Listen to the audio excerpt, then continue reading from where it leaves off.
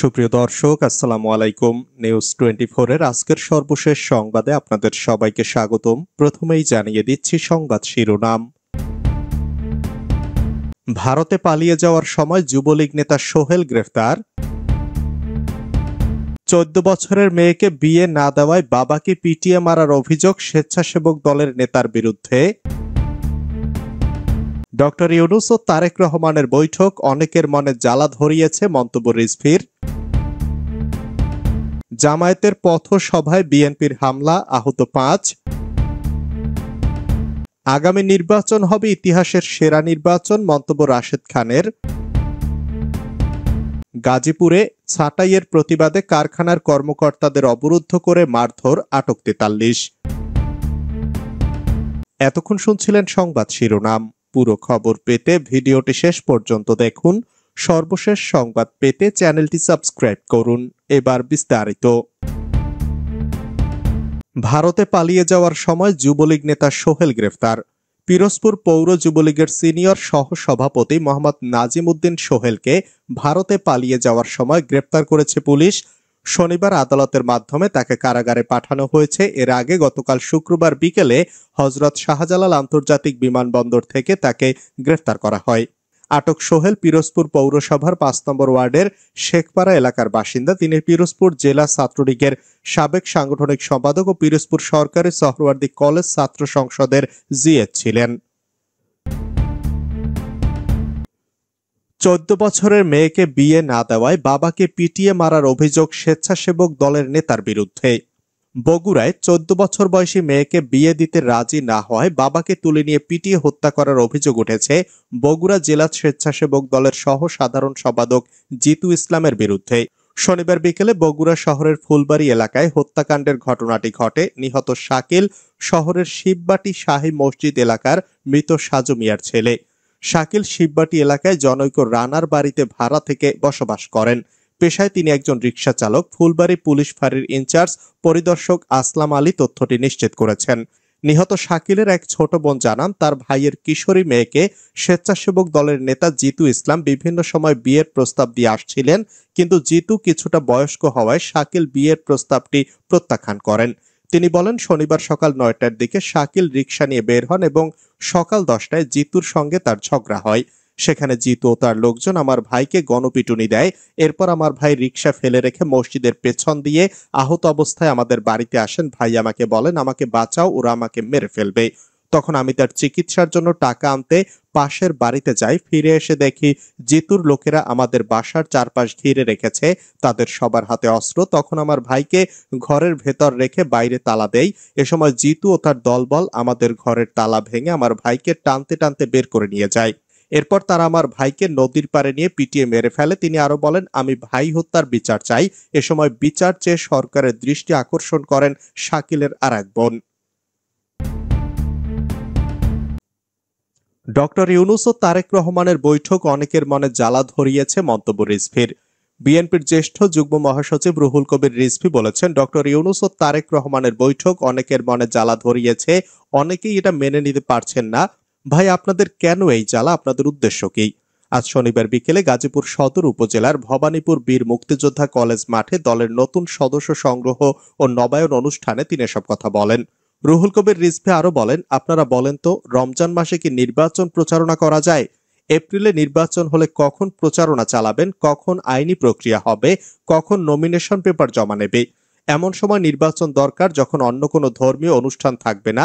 সেটাই উপযুক্ত সময় বলে মনে করি আমরা। তাহলে যদি ফেব্রুয়ারির প্রথম সপ্তাহ বা দ্বিতীয় সপ্তাহে নির্বাচন হয় সেটা তো ভালো। ওই সময় আবহাওয়া ভালো, ঈদ নেই, পয়লা বৈশাখ নেই। ওই সময় যদি নির্বাচন হয় তাহলে উপযুক্ত সময় এপ্রিল, উপযুক্ত সময় নয়। ওই সময় বৈশাখ মাস, কালবৈশাখী হবে, তাণ্ডব চলবে। জামায়াতের পথসভায় বিএনপির হামলা, আহত 5। নারায়ণগঞ্জের আড়াইহাজারে উপজেলা জামায়াত ইসলামের গণসংযোগ ও পথসভায় স্থানীয় বিএনপি নেতাকর্মীরা হামলা চালিয়েছে বলে অভিযোগ উঠেছে। হামলায় জামায়াতের 5 নেতাকর্মী আহত হয়েছেন। আহতদের মধ্যে 2 জনকে হাসপাতালে চিকিৎসা দেওয়া হয়েছে। শনিবার বিকেলে আড়াইহাজারের মাহমুদপুর ইউনিয়নের গহরদি বাদশার বাড়ি এলাকায় পথসভায় এ হামলার ঘটনা ঘটে।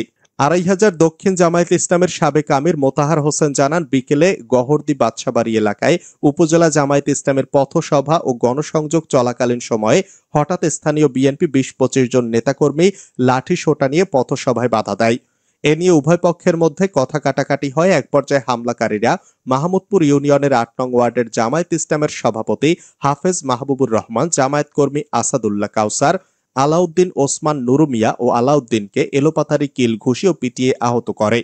এদের মধ্যে আহত হাফেজ মাহবুবুর রহমানকে উপজেলা স্বাস্থ্য কমপ্লেক্সে ভর্তি করা হয়েছে। বাকিদের প্রাথমিক চিকিৎসা দিয়ে ছেড়ে দেওয়া হয়েছে।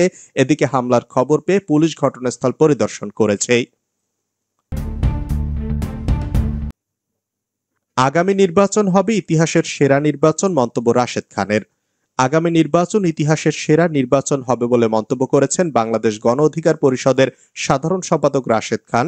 শনিবার বিকেলে ঝিনাইদহে ঈদুল আজহার শুভেচ্ছা বিনিময় গণসংযোগকালে তিনি মন্তব্য করেন, নির্বাচনে কোনো চাঁদাবাজ দখলদার যারা মাফিয়াতন্ত্র কায়েম করেছিল এবং ফেসিবাদের সঙ্গে জড়িত ছিল এমন কাউকে ভোট না দিয়ে ক্লেম ইমেজধারীদের ভোট দেওয়ার আহ্বান জানান রাশেদ খান। তিনি বলেন, আমাদের দল ৩০০ আসনে নির্বাচন করার লক্ষ্যে প্রস্তুতি নিচ্ছে।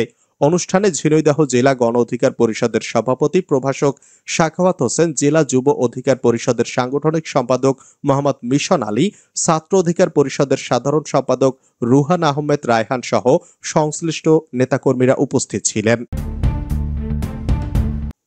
নির্বাচনের নিরাপত্তায় আইন শৃঙ্খলা বাহিনী প্রস্তুত, জানালেন স্বরাষ্ট্র উপদেষ্টা। নির্বাচনের নিরাপত্তা দিতে আইন শৃঙ্খলা বাহিনীর যে ধরনের প্রস্তুতি প্রয়োজন সব ধরনের প্রস্তুতি নেওয়া আছে বলে জানিয়েছেন স্বরাষ্ট্র উপদেষ্টা লেফটেন্যান্ট জেনারেল মোহাম্মদ জাহাঙ্গীর আলম চৌধুরী। শনিবার বিকালে র্যাব ১ অফিস পরিদর্শন শেষে সাংবাদিকদের তিনি কথা জানান। সাংবাদিকদের এক প্রশ্নের জবাবে স্বরাষ্ট্র উপদেষ্টা বলেন, যে সময় নির্বাচন হবে সে সময়ের জন্য যে ধরনের প্রস্তুতি দরকার আমরা সেই ধরনের প্রস্তুত রয়েছি। অপর এক প্রশ্নের জবাবে তিনি বলেন, ছোটখাটো ঘটনা সবসময় ঘটে। যদি 53 বছরের ইতিহাস দেখে থাকেন তাহলে এই ছোটখাটো ঘটনা ঘটে থাকে। এসব ঘটনা ঘটে বলেই আমাদের এই বাহিনী রয়েছে। যদি কোনো কিছু না ঘটতো তাহলে পুলিশ বাহিনীরই দরকার হতো না। সাংবাদিকদের এক প্রশ্নের জবাবে স্বরাষ্ট্র উপদেষ্টা বলেন, আইন শৃঙ্খলা পরিস্থিতির উন্নতি হচ্ছে, এটা আপনারাও বলছেন। গত 11 মাসে আইন শৃঙ্খলা পরিস্থিতির অনেক উন্নতি হয়েছে। এ সময় স্বরাষ্ট্র উপদেষ্টা খণ্ডিত সংবাদ প্রকাশ না করার আহ্বান জানান। তিনি বলেন, খণ্ডিত সংবাদ প্রকাশ হলে আমাদের দেশের বাইরে থেকে এই সংবাদগুলো নিয়ে আবার টুইস্ট করা হয়। ডক্টর ইউনূস ও তারেক রহমানের বৈঠক ষড়যন্ত্রকারীদের জন্য কফিনে শেষ পেরেক। প্রধান উপদেষ্টার প্রেস সচিব শফিকুল আলম বলেছেন, প্রধান উপদেষ্টা অধ্যাপক ডক্টর মোহাম্মদ ইউনূস ও বিএনপির ভারপ্রাপ্ত চেয়ারম্যান তারেক রহমানের মধ্যকার ঐতিহাসিক বৈঠকটি ষড়যন্ত্রকারীদের জন্য কফিনে শেষ পেরেক। গতকাল শুক্রবার রাতে নিজের ভেরিফাইড ফেসবুক পেজে শফিকুল আলম লেখেন, অন্তর্বর্তী সরকারের প্রধান উপদেষ্টা ও দেশের বৃহত্তম রাজনৈতিক দলের নেতার মধ্যে অনুষ্ঠিত বৈঠকটি ছিল ঐতিহাসিক। এটি ষড়যন্ত্রকারীদের জন্য গেম ওভার মুহূর্ত। প্রধান উপদেষ্টার যুক্তরাজ্য সফরের অর্জন প্রসঙ্গে প্রেস সচিব বলেন, অধ্যাপক ইউনূস ব্রিটিশ রাজা চার্লসের কাছ থেকে মর্যাদাপূর্ণ পুরস্কার গ্রহণ এবং ব্রিটিশ রাজার সঙ্গে একান্তে 30 মিনিটের বৈঠক করেছেন। তিনি বলেন, এটি জুলাই বিপ্লব ও গত বছরের জুলাই থেকে বাংলাদেশে সংগঠিত যুগান্তকারী পরিবর্তনের একটি স্বীকৃতি।